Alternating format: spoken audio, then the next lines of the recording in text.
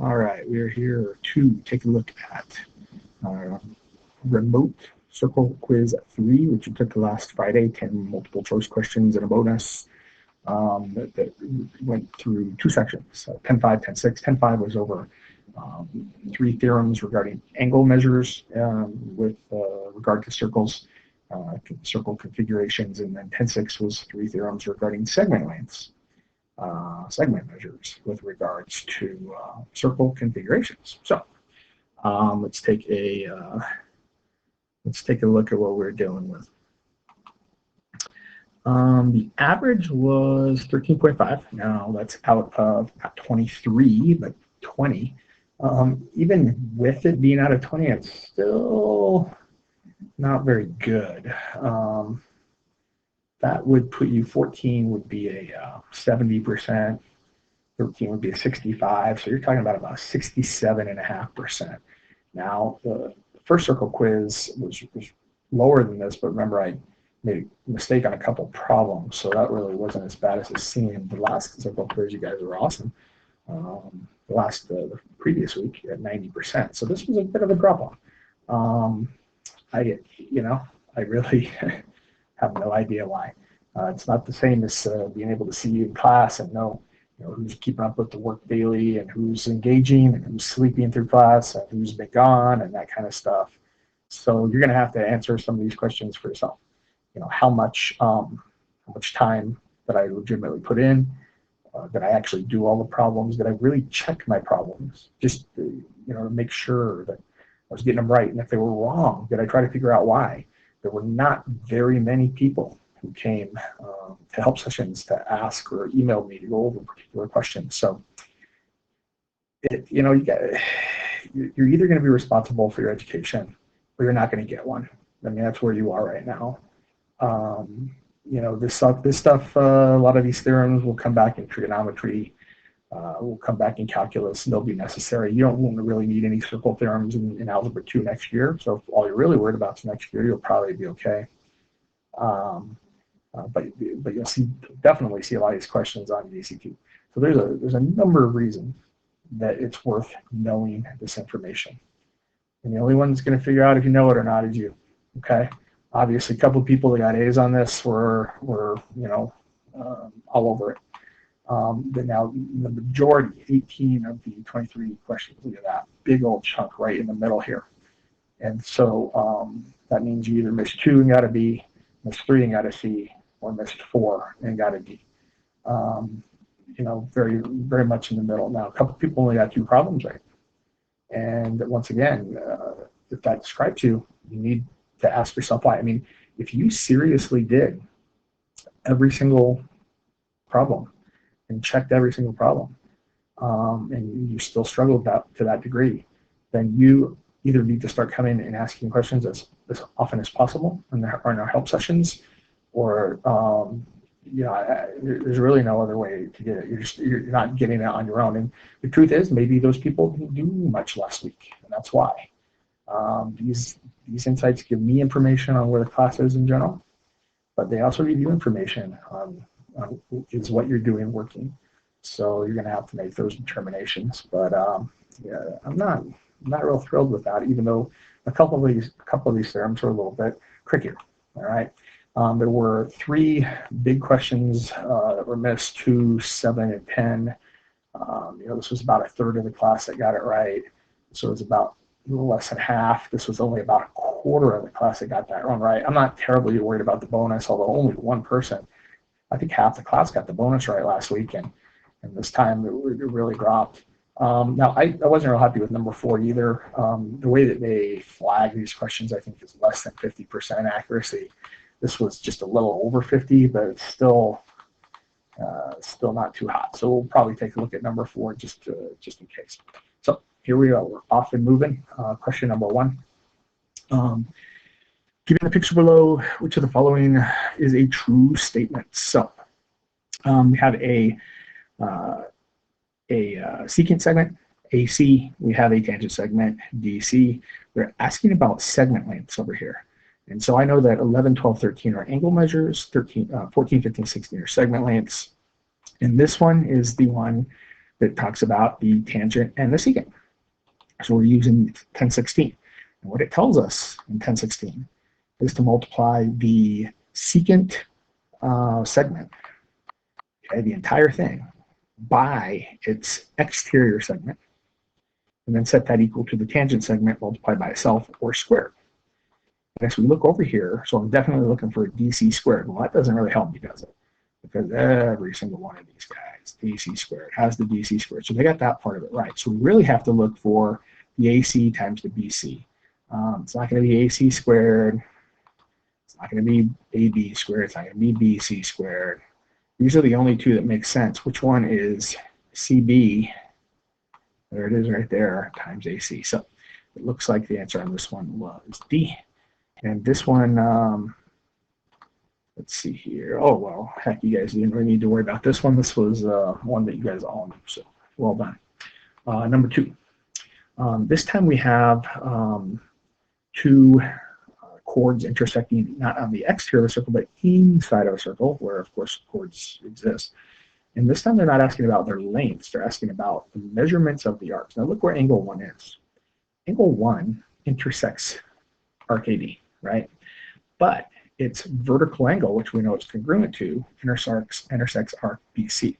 So the theorem that we're going to use, which talks about angle relationships when the vertex of the angle is inside the circle, tells us that we need to add those two arcs and then take half of that sum. Or another way of saying that is average them. We need to average those two arcs. And oh, well, look at this. Okay, AD and CB are being added, and then we're taking half of it. So I think that's an answer right there. Now, AB and DC, well, those are these two arcs. Those are these two arcs.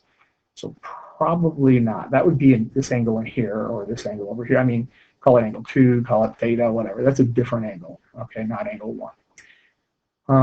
BC, well, BC would be this piece here, and then AD would be this piece here. So they have the two correct arcs, but it looks like they were subtracting them instead of adding them, which is not what we're looking for, right?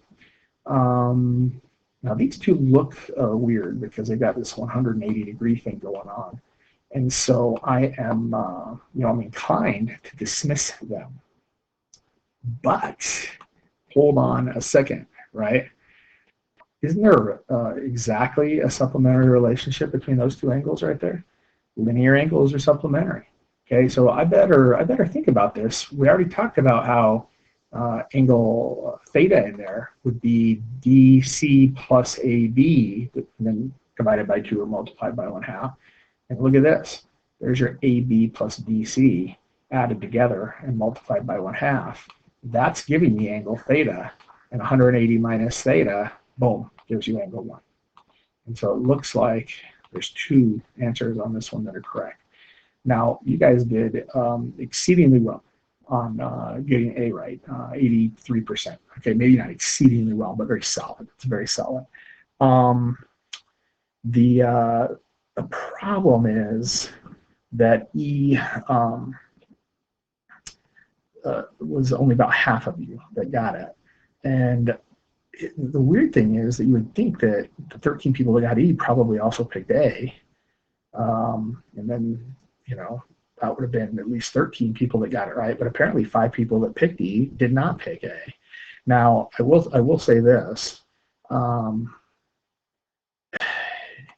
It doesn't say which of the following are true or is are or whatever.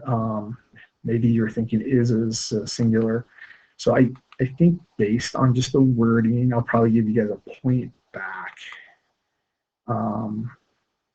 because of that. But still, this was a multiple select problem. You don't see the little circles, you see the little squares. You guys have taken enough of these to know now the difference between multiple select and multiple choice where you're only picking one. So yeah, that one, I agree with Kermit. That was a little disappointing, and only 35% of you were able to get this one. Number 3, select all options. See, the other one probably should have been phrased the same way, right? Select all options that are true. Well, this is an intersection on the circle. And once again, we're talking about arc measures and angle measures. So we're talking about Theorem 1011, which tells us that when a tangent line and a chord intersect on a circle, the arc intercepted is double the angle, or I guess more specifically, the angle is half the arc intercepted. So let's see here. The first one talks about arc ACB, that's that arc, and it says that if I take half that, I get angle 1. Well, there you go. That's the exact thing that is telling us, right? What about BC? Well, BC goes from here to here, and that's not caught within the tangent in the chords. Now, if I had another chord going over here, then I would agree with it if this was angle 1, but that is not the case, is it? So I'm going to go, nope, I'm not going to agree with that. BCA is back to the exact same arc we already outlined, except this time they're saying that if I take half of it, I get angle 2 over here, so that doesn't correspond. Letter D is ABC. So once again, I don't have any segments drawn to C, so it's not going to really create an angle to compare to an arc, so can't use that one. Angle 2 is subtracted from 180's angle 1. Well, yeah, I mean, these are linear angles on a tangent line. They have to be supplementary, and that's what this is telling us, is angles 1 and 2 are supplementary. So absolutely, I'll take that one all day long. So A and E, and, you know, a quarter of you guys missed it, but 3/4 got it right. So that's good. I mean, I get it's like the guy says, it's nice, but it's not fantastic. I mean, 19 of you got A, 20 of you got E. That's much better than 17. But there must have been a couple of you in each case that only chose one and not both. So when you see those little check boxes, you got to know it's not just one right answer. Keep looking. Now this one has a little circle, so this one's only going to have one answer, right? Find the value of X. This is 2 secant segments that intersect outside of a circle. And so we are going to use one of the first, we're looking at angle measures, right? So we're going to use one of the first 3 theorems, and this time it's 1013, which tells us that you can either have 2 secants or 2 tangents or even one of each, and that it's going to be the larger arc minus, or the difference, right? The difference this time. Larger arc minus the smaller arc, still divided by 2, or if they say multiplied by 1/2, and then that's going to be equal to the angle formed out there. So we're going to be actually using this one because we have 2 secant segments in our problem, although the relationship's the same all the way through. So the larger arc that's intercepted is out here, 3x plus 12. The smaller arc that's intercepted in here is 2x minus 24. So our larger arc, subtract the smaller arc. And then don't forget to either multiply by 1/2 or divide by 2. If you multiply by 1/2, make sure you get parentheses around both of these. Got to be really careful with your parentheses. In fact, speaking of parentheses, my guess is this is where a lot of people made a mistake, right here. If you don't remember that you're not just subtracting the 2x, you're subtracting the entire parenthesis, which means that negative has to be distributed. You're going to get a minus 24 there, when a negative times a negative is really a plus. So you may already be thinking, oh, that's why I missed it. I mean, I would know in like 2 seconds if this was a regular quiz and I saw your work. I don't know if you're even keeping your work on these. I kind of hope you are, so that you can go back and check your work. And if you're not, maybe that's something to carry going forward. Otherwise, maybe you don't even remember why you missed it. But anyway, I am going to also multiply both sides up here by 2 to get rid of that divide by 2. Now I can combine like terms. 3x minus 2x is 1x. I can put the 12 and 24 together to create 36. I think a lot of you guys, if you ended up with a negative 24 there, ended up with x minus 12 up here instead of x plus 36. Subtracting an x from each side, I see that my answer is C, 36. And Yeah, only a little over half of you guys got that right. Now, um, if you did have x minus 12, let's see here. So you would end up with x equals negative 12. So that would have been E. And that was the most common distractor chosen was E. So I would say 4 of you guys forgot to distribute that negative. And then the other 6 of you, I don't know. Did you use the right theorem? Did you remember to divide by 2? These are all things that are common reasons. You know, if you didn't do the homework last week, there's it's very likely you had no idea how to do this because those theorems are new and unique. And if you did the homework, you got to practice the same types of problems on this quiz at least 5 or 6 times each. So it's plenty of practice. But if you didn't do it, you could have been flat out guessing. And maybe that's what it was. Okay. Number 5, we have 2 chords crossing inside of a circle. So this is theorem 1012, which tells us that we're going to take the average of the sum this time, right? Instead of subtracting, we're going to add again and either multiply by 1/2 or divide by 2. So the 35 intersects those 2 arcs right there. So let's go ahead and take the 8x minus the 2 and the x, and this time add them because the intersection is in the interior. Don't forget to divide by 2 and then set it equal to that angle, right? I would double it to get rid of the 2 in the bottom, multiply each side by 2. You'd want to show that if you were showing work. Go ahead and put the 8x and the x together for 9x. And now it's just 2 steps, right? Add 2, divide by 9, and there's your answer, 8. So the answer on this one was D. And yeah, solid. Almost 80% of you got it right. I mean, I've seen you do better on harder problems, and yet at the same time, that's a multi-step problem. It's good. It's all right. It's not bad. Number 6, we're dealing with angles and arcs again. So a lot of the early part of this quiz dealt with angles and arcs as opposed to segment lengths. Notice the intersection is on the circle. And so because it's on the circle, we're going to just do the 2-to-1 relationship. The arc is twice the angle, or the angle is half the arc. And a couple of different ways you can get this pretty quickly. If we know that theorem, we could double the 94 and get this arc out here, couldn't we? Which would be what, 188, I guess, if you multiply by 2. Now, the other way you could have done it is you could have said, oh, look, I have linear angles here. I'm just going to subtract 180 and get an 86. So whether I'm subtracting 188 from 360 to get the different arc over here, the remaining arc, or doubling the 86 because it's an angle formed by a tangent and a chord. Either way, you get the same answer, which is 172. And short answer sometimes throws people off. I said do not include x equals, but it probably should have also said do not include degrees. So quite frankly, we probably didn't want to add that. I mean, you don't have a way of adding it in Google Forms, which is exactly why we don't ask you to do that. I guess you could have typed in degrees, but then some people do and some people don't, which is why we tell you, don't worry about that.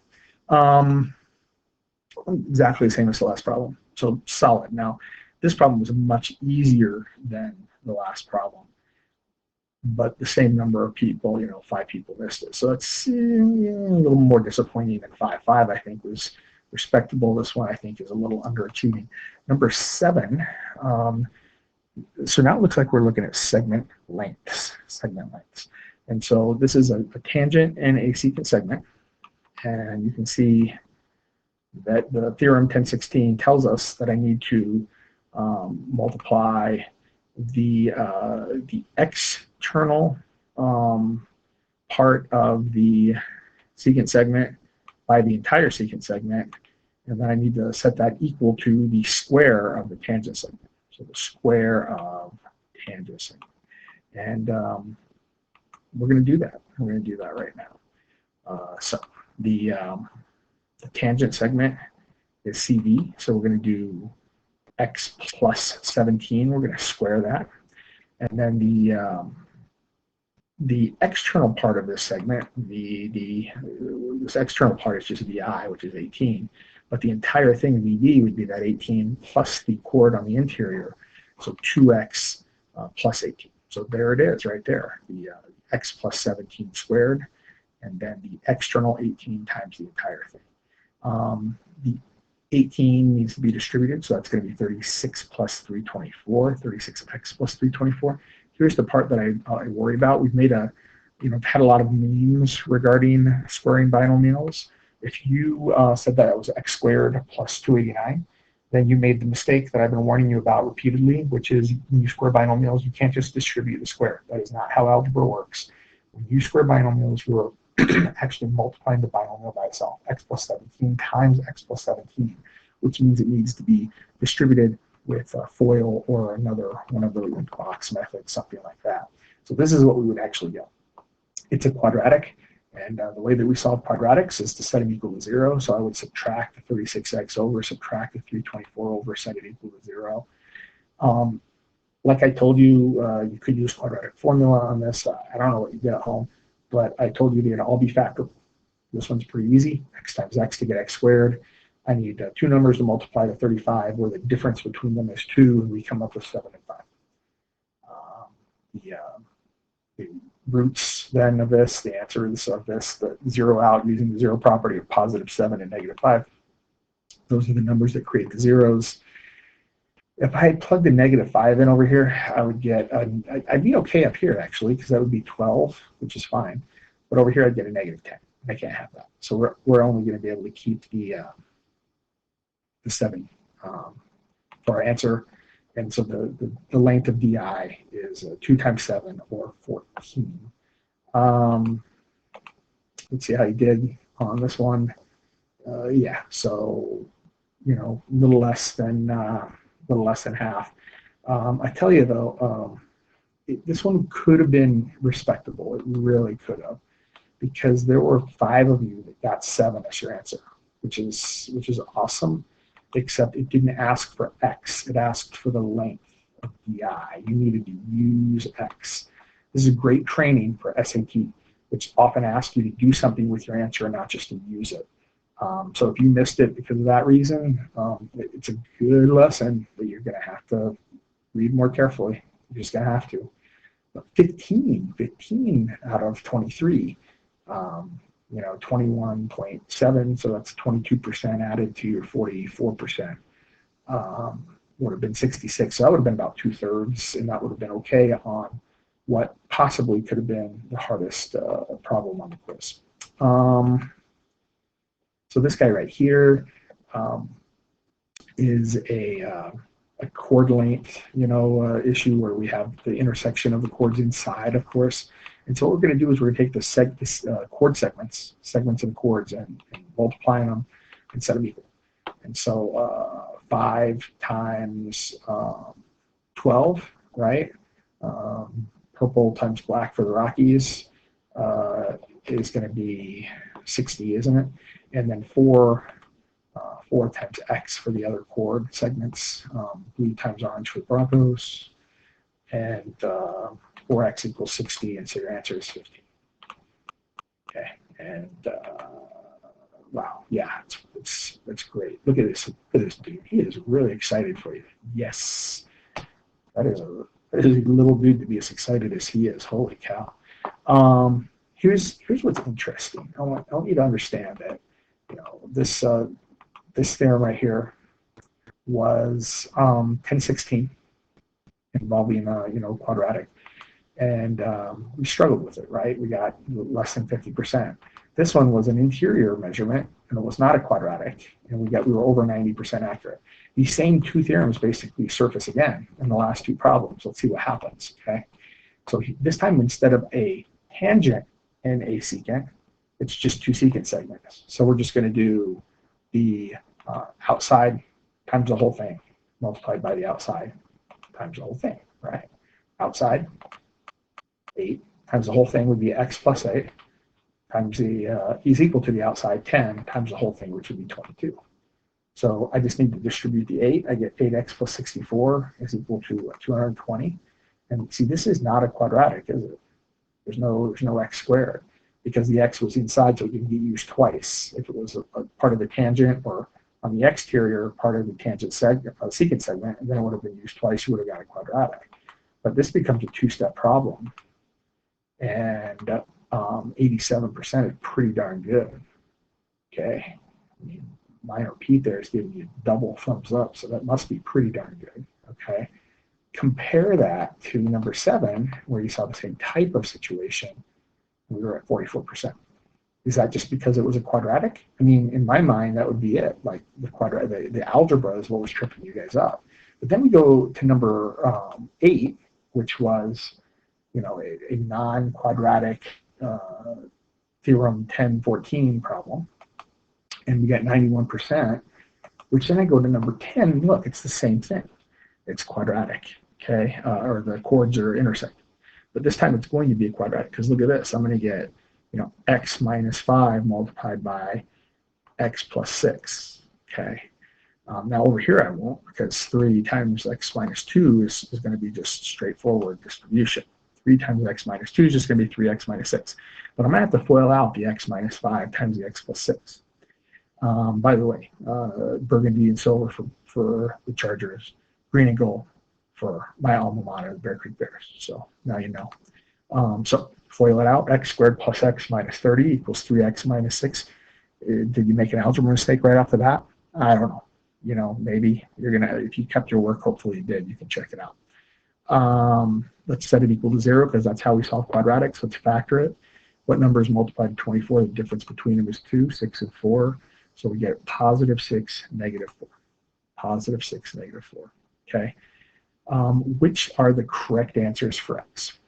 Well, if I plug a 6 in there, it should be good to go. I'm going to get 12, I'm going to get a 1, I'm going to get a 4. Those are all positives. And notice how it works too. If I plug a 6 in here, okay, I'm going to get a 4. 4 times 3 is 12, right? Now if I plug a 6 in here, I'm going to get a 1. If I plug a 6 in here, I'm going to get 12. 1 times 12 is 12. There you go. See how that works? So definitely 6 works. Now, does negative 4 work? I actually could plug it in here because it would still give me a positive 2. But if I plug it in either of these locations, I'm going to get negatives, and you can't have negative distances. So you're not going to be able to apply the negative 4. Okay? So it looks like just 2 is my only solution. And here's what I was guessing, right? I mean, it was the same theorem, but because it was a quadratic, we went from almost 90% accurate all the way down to 26. Now, I will tell you this, though. I don't know if it was the quadratic. I really don't, because 90% of you, okay, 91% got the right answer, got option 2B or whatever we're calling it, right? The problem is, I think a lot of you guys picked the negative also, but that negative can't be used. That negative creates, that negative value creates negative distances, which are impossible. And so that's something we talked about a lot going through the homework, but if you weren't watching the homework discussions where we went over those answers, you may not have ever realized that. So I don't know if it's the quadratic or if it's more the concept of what you can use and what you can't use, but something to think about. So last problem, bonus, and it was pretty spicy. It was actually I borrowed this one from one of your homework problems. Okay, this was, I think, Tuesday night's homework, actually. 10-5 was on Tuesday night, last Tuesday. And problem 16 was fun. It had 2 parts, and it looked very similar to the problem we're about to do. It's a little simpler, but very similar. And what we found is that because there's 2 circles here, if I look at these 2 chords independently, they're chords in one circle, the gold circle, but in the other circle, they're secant segments. So in the gold one, I can just cut 110 in half to figure out that angle. And then with the kind of blue-gray one, I can use Theorem 1013 to subtract the chords and divide by 2 to get the value. And that's what we did. And then we said, is there a relationship between the 150, the 40, and the 110? And we found out there is. we found out that if you just subtract the two inner chords, the two inner arcs, I should say, you get the answer for the larger arc outside. And we set basically this angle is half of C, and because of the circle, and then because of the inner circle, half of B minus half of A is also equal to half of C. And so because we can set those equal, we end up with that relationship. It really comes down to three theorems, okay? Theorem 10.7, which tells us the inscribed angles are double the angles, or the inscribed angles are half the arcs they intercept, basically. This guy right here, 10.13, which we've used many times on this quiz, where you have to take the outside arc, the larger arc, minus the inside arc, right? And then this one, which if you watched the lecture and you paid attention to, is a bonus theorem I gave you, which is that parallel lines intersect congruent arcs. So if you never watched the theorem, or I'm sorry, the lecture from last Tuesday, you missed that bonus theorem, and that might have prevented you from getting the bonus question. So back to business. What I'm going to do is I'm going to go ahead and do the same thing on those problems. I'm going to look at the circles one at a time. Boom. So the exterior one is like the pink circle, the interior one is like the purple circle. But this angle down here, call it theta or whatever, right, is related to both of them through different theorems. The inscribed angle theorem 10.7 is that 12x minus 2, if I take half of that, it's got to be equal to that theta. But with the purple circle, because these are the intersections outside, I'd have to do the larger arc minus the smaller arc. I really only need the arc. So I'm going to go ahead and get rid of that circle and get rid of that circle and just keep the arcs, right? So the peak arc, if I take half of it, I get this angle down here. It's an inscribed angle in that circle. And in the smaller circle, I just do the purple arcs, subtract them, and I get the same angle with the exterior intersection point. So I'm going to go ahead and set that up. I'm going to say those two things are equal to each other. Half of 12x minus 2 is equal to that angle, and half of big arc minus little arc is equal to that angle. And so because they're both equal to the same angle, I set them equal to each other. And we don't like those 1/2, so we'll multiply both sides by 2, right? And then we just simplify a little bit. Here's a place where I worry that you'll make a mistake. I'm subtracting x plus 9. I'm not just subtracting x, I'm subtracting x plus 9. So I have to subtract the x and I have to subtract the 9. My guess is some of you guys that had the right idea on this problem made an algebra mistake right there, and that threw you off. Okay. If you didn't make that mistake and you kept simplifying, I could subtract the 9 from the 150 and get 141. I could then add the x to the other side to get 13x and add the 2 back to the 141 and get 143. And then, I hope that 13 goes into 143, but it does. It goes in 11 times. Now, some of you guys may have said, boom, there's my answer, 11. But it didn't ask for, value x. It asked up here, if you look, for the value of w. W is this arc measure over here. So we got some more work to do. But the work is pretty simple. What I'm going to do is I'm going to use that 11 and I'm going to find some values. For example, this top arc, the 12x minus 2, let's plug 11 in. Oh, it's 130. Cool, right? This little arc down here, 3x minus 9, right? Let's do 3 times 11 minus 9. Oh, it's 24. Cool. Oh, by the way, look, these are congruent chords. Congruent chords cut congruent arcs, okay? So there's your bonus theorem coming into play. So the only one I haven't done yet is the 7x minus 5, so 7 times 11 minus 5 is 72, right on. Now what I'm going to do is I'm going to add those up and take all 4 of those arcs away from what? Well, the entire circle is 360. And when I take those 4 arcs away from 360, I get 110 degrees. So that was the bonus. And if you got it, you did great. Of course, it doesn't look like anybody got it. Out of 11 respondents, okay, the percentage was 9.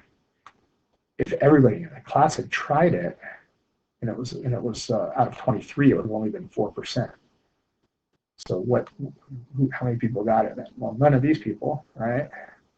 A lot of different answers. Oh, there it is. 110. One person got it. One person picked 110 for it. And so if you're the one person, you should feel really good about yourself right now. Well done.